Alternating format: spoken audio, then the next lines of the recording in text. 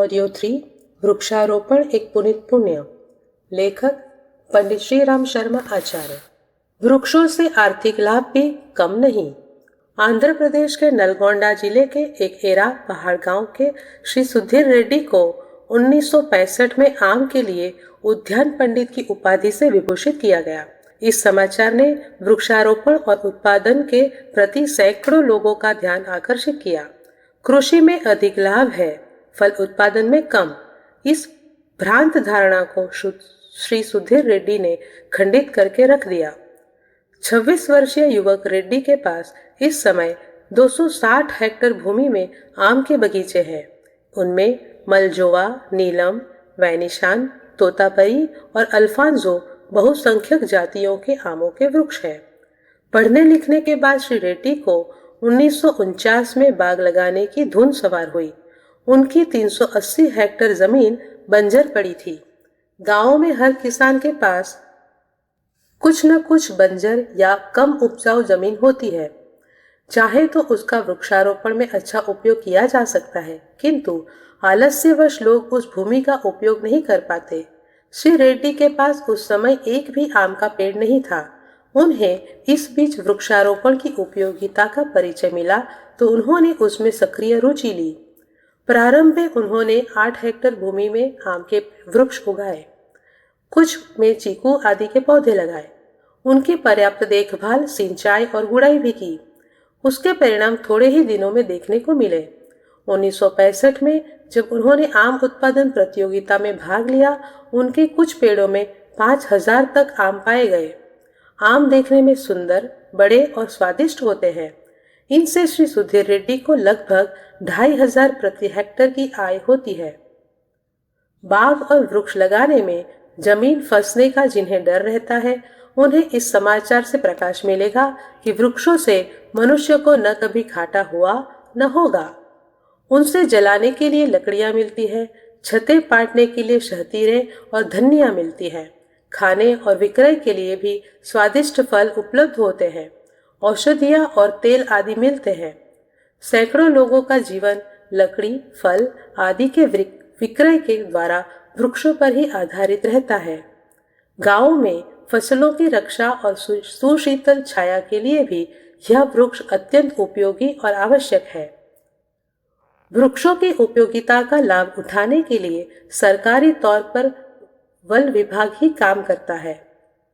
1961-62 में भारतीय वन उद्योग से लगभग 50 करोड़ 13,75,000 रुपए के मूल्य की 16 करोड़ 18,07,000 घन मीटर इमारती तथा दूसरी लकड़ी उपलब्ध हुई। वृक्षों से कागज, दिया सलाई, प्लाईवुड लकड़ी उद्योगों के लिए कच्चा माल, गोंद, राल, चमड़ा कमाने का सामान, जड़ी बूटियां भी प्राप्त होती है। 1961-62 में वनों से लगभग 12 करोड़ 10,61,000 रुपए के मूल्य की उपयुक्त तथा अन्य फुटकर वस्तुएं प्राप्त हुई। वृक्षों से और अधिक लाभ प्राप्त करने के लिए केंद्रीय वन उद्योग आयोग भी नियुक्त किया गया। यह आयोग वृक्षारोपण, वनों की रक्षा की स्थिति का अध्ययन और उनके विकास के प्रयत्न जुटाएगा ताकि राष्ट्रीय आय बढ़ाई जा सके। वृक्षारोपण के सार्वजनिक महत्व और व्यक्तिगत लाभ का कुछ अनुमान इन पंक्तियों में मिलता है, पर उसका पूरा और सही मूल्यांकन तो तभी किया जा सकता है जब स्वयं भी कुछ वृक्ष लगाकर देखें। पहले लोग धार्मिक एवं आध्यात्मिक शांति के लिए वृक्ष लगाया करते थे। वह लाभ तो अब भी सुरक्षित और सुनिश्चित है। हमें यह भी देखना चाहिए कि वृक्ष आर्थिक सहयोगी भी बनते हैं या नहीं। यदि पूरे मन और उत्साह के साथ श्री सुधीर रेड्डी की तरह हम उन वृक्षों की सेवा के लिए तैयार हों, तो वृक्षों के आशीर्वाद और उनकी कृपा के सत्वर लाभ प्राप्त कर सकते हैं। प्राणदाता, आरोग्यदाता। कहते हैं भगवान शंकर ने देव दनुजों की रक्षार्थ विष का प्याला उठाकर उसे स्वयं पी लिया था और अमृत देवताओं को बांट दिया था। संभव है सतयुग में कोई ऐसी घटना घटित हुई हो, पर घटना तो हम अभी भी देख रहे हैं कि वृक्ष निर्जीव होते हुए भी किस प्रकार मनुष्य के हिस्से में पड़े विष को पीते रहते हैं और उन्हें प्राणदान देते रहते हैं। हमारे ऋषियों ने कहा है कि मनुष्य की आयु वृक्षों की कृपा पर आधारित है। यह कथन अक्षरशः सत्य है। वैज्ञानिक भी इस बात से सहमत हैं कि मनुष्य की आयु को वृक्ष बहुत प्रभावित करते हैं। वह किस तरह? इसका एक सूक्ष्म किंतु विशद विज्ञान है। शंकर की तरह यह संसार का विष पीकर ही अपना जीवन धारण किए रहते हैं। पेड़ अपनी पत्तियों द्वारा सांस लेकर कार्बन डाइऑक्साइड, जो एक प्रकार का विष ही है, खींचते हैं और उसी के कारण वे फलते फूलते और विकसित होते रहते हैं। कार्बन डाइऑक्साइड मनुष्यों और पशुओं के मुंह और अपान मार्ग से निकली हुई दूषित वायु है और अनेक प्रकार की गंदगी और सड़न पैदा होकर वायु को विकारग्रस्त बनाती रहती है। यदि इस दूषित वायु को विषपायी वृक्ष पीने से इनकार कर दे तो हमारे ऊपर जितना 1 घन फुट वायु का दबाव रहता है उतना ही इस दुर्गंधित गैस का हो जाता और उस अवस्था में हमारा जीवित रह सकना भी संभव न होता। यह विभीषिका तब नहीं होती तो अब आने वाली है। एक और आबादी बढ़ रही है तो गंदगी बढ़ रही है और उससे वायुमंडल के विकार बढ़ रहे हैं। दूसरी ओर पेड़ कट रहे हैं तो उस विष को पचाने वाली प्राकृतिक क्षमता घट रही है। उसका प्रभाव जनजीवन पर प्रकट है। अनेक तरह के लोग बढ़ रहे हैं और उनके लिए दवाओं की व्यवस्था पर आर्थिक दबाव बढ़ रहा है।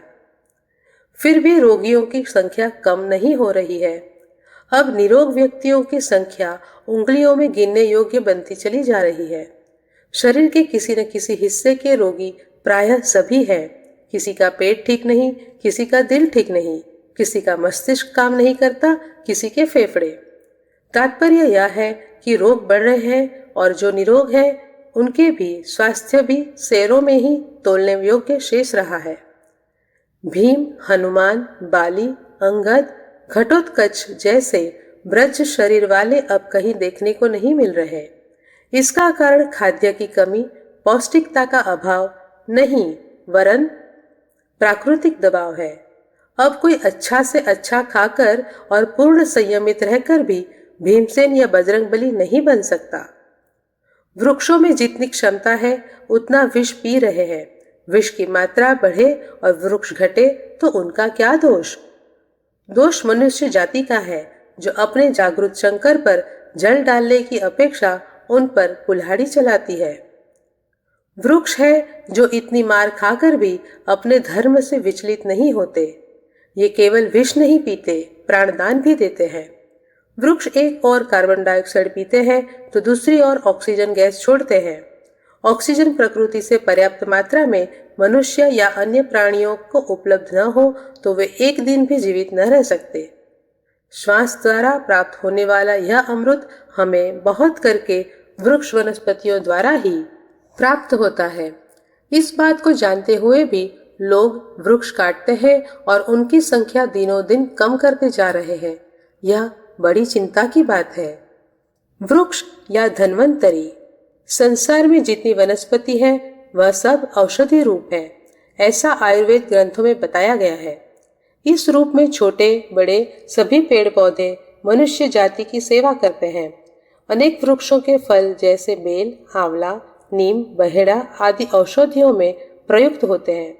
अनेक के फूल काम आते हैं। कितने ही वृक्षों की डालियां और छालें दवाओं के काम आती है। पीपल आदि की समिधाओं से यज्ञ करके बड़े बड़े राज रोगों को दूर करने का विधान हिंदुओं के धर्म ग्रंथों में विस्तार से मिलते हैं। पहाड़ी इलाकों में पाए जाने वाले अनेक वृक्षों का उपयोग केवल औषधियों के रूप में ही किया जाता है। चंदन की लकड़ियों की उपयोगिता और सुगंध प्रसिद्ध है। गुलर के फल, अंजीर के फल तथा जैतून के तेल की रोग निरोधक शक्ति की वैद्य लोग बड़ी प्रशंसा करते हैं। तुलसी की मंजरी से लेकर जड़, पत्ते, फूल आदि औषधि रूप में बड़े उपयोगी माने जाते हैं। देवप्रिय आंवला, पीपली, तुलसी आदि मनुष्य के लिए इतने उपयोगी है कि इन्हें देवता कहकर उनकी पूजा और उपासना का भी विधान बताया है। नीम की चर्म रोग और निरोधक शक्ति से भी सभी परिचित हैं। वृक्ष मीठे फल देते हैं। मनुष्य की सात्विक प्रवृत्तियों को प्रखर रखने में फलाहार का साधारण महत्व है। हमारे पूर्वज प्रमुख रूप से फलों पर ही अपना जीवन निर्वाह करते थे। यह फल वृक्षों से ही उपलब्ध होते हैं। कहना न होगा कि इस रूप में वृक्ष सामाजिक जीवन के नैतिक आधार है।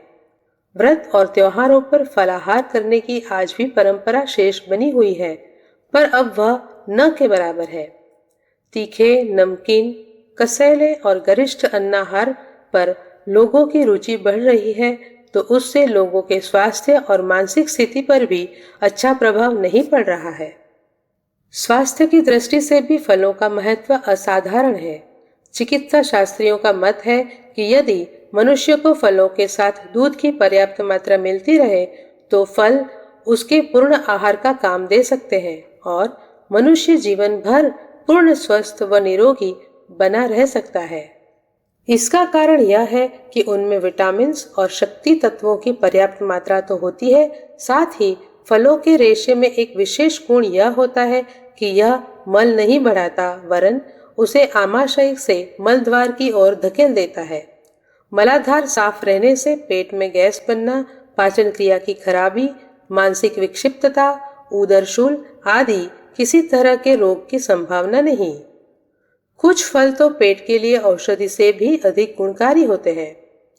आम का कल्प कराया जाता है, जामुन से पेट की सफाई होती है, अमरूद में मल साफ करने की शक्ति है, आंवला रोगनाशक होता है, इसका भी कल्प कराया जाता है।